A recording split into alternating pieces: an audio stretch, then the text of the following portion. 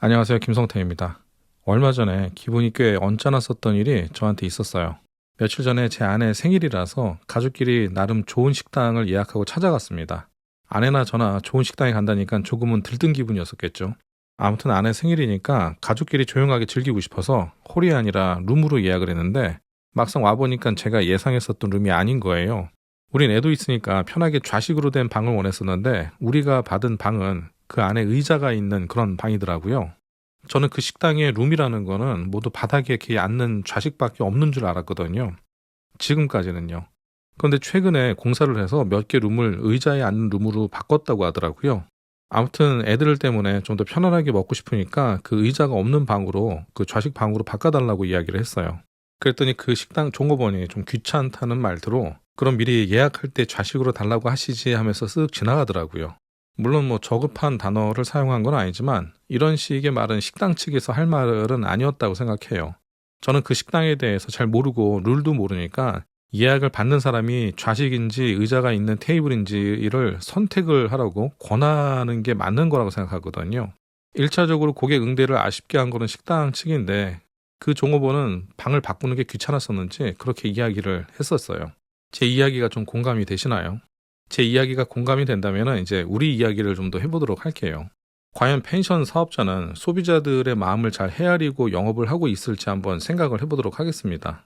펜션 사업자 입장에서는 너무나도 당연한 거지만 몇몇 소비자 입장에서는 의아하게 생각하는 펜션 이용 수칙 같은 것들이 분명히 있을 거예요. 이를테면 추가 이불에 대한 비용 같은 거죠.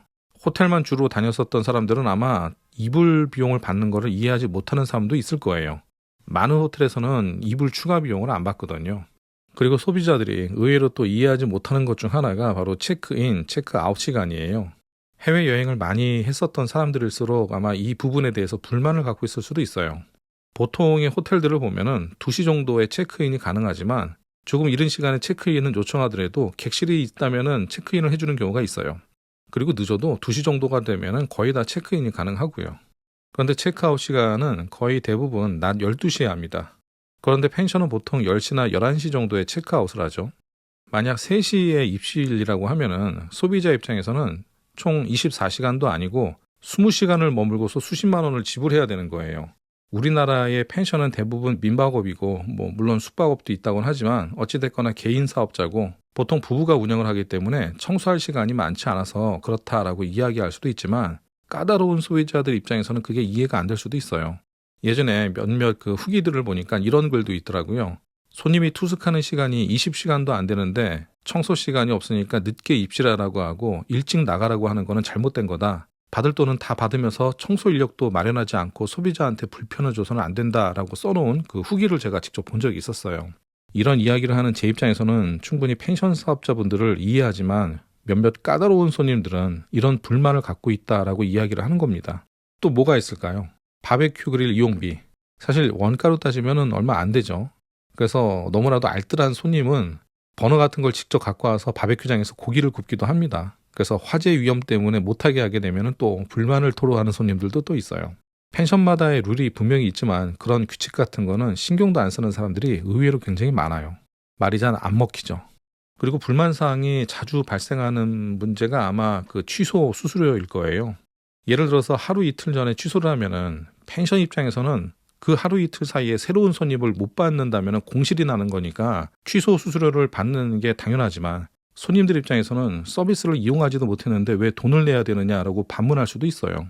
이 외에도 소비자 입장에서 본다면 분명히 더 많은 사례들이 있을 거라고 생각해요. 물론 이 모든 것들이 잘못됐다라는 것도 아니고 꼭 개선을 해야 된다라는 것도 아닙니다. 다만 우리가 당연하다고 생각하는 것들이 소비자 입장에서는 불합리하다라고 생각할 수도 있다는 거예요. 손님들도 당연히 알고 있겠지 하는 마음으로 손님들을 상대했다가 상식적이지도 않고 무례한 손님들이라도 와서 한바탕 일을 치르고 나면은 깊은 자괴감에 빠진다고 호소하는 분들도 굉장히 많아요. 먼저 우리 입장에서 잘 방어를 하려면은 우리가 갖고 있는 생각을 손님들한테 먼저 설득시키는 작업을 꼭 해야 됩니다. 다시 말하자면 다소 민감할 수밖에 없는 내용들은 예약 전이나 예약 직후에 제대로 공지를 해야 된다는 거예요. 그런데 다들 바쁘셔서 그런지 그런 공지를 눈에 띄게 하는 경우가 참 드물죠. 홈페이지에 펜션 이용 수칙에 대해서 공지를 했다고 하더라도 예약이 되면은 바로 손님들한테 펜션 이용 방법에 대한 문자를 발송해서 먼저 소비자들을 잘 이해시키고 펜션에 방문을 하도록 해야 됩니다. 홈페이지에 올렸으니까 충분히 공지했다 라고 생각하면 안 돼요. 그런데 그런 소식을 알릴 수 없는 공식적인 공간도 없다면 이런 일은 계속 반복될 수밖에 없어요. 최근에는 결제 수수료를 몇 % 내고 운영되는 그 여행 관련 대형 플랫폼을 많이 이용하는데요. 몇몇 플랫폼에서는 고객 정보를 알 수 없어서 앞서 설명한 이용 방법을 공지하지도 못하는 경우가 있더라고요. 그렇다면 해당 플랫폼에 관련된 내용을 꼭 표기를 해야 할 겁니다. 모두가 다 알고 있는 내용이겠지만 요즘에 성수기를 다 치르고 나니까 몸도 마음도 지치고 그리고 작은 불만 사항이 튀어나오게 되면은 그 스트레스 때문에 많이 힘들다고 이야기하는 분들도 있어서 한번 이런 이야기를 간단하게 해봤습니다. 이제 올 여름 성수기도 다 끝났습니다. 참 너무나도 고생 많으셨습니다. 근데 또 이제 금방 또 추석이 또 다가오죠. 그래서 일을 놓을 수는 없겠지만 바쁜 시간에 건강도 잘 챙기시고 그리고 또 추석도 잘 보내시고 추석 이후에는 개인적인 시간을 좀 가지면서 머리를 식혀보는 것도 좋을 것 같네요. 오늘도 제 이야기 잘 들어주셔서 고맙습니다. 다음에 뵙겠습니다.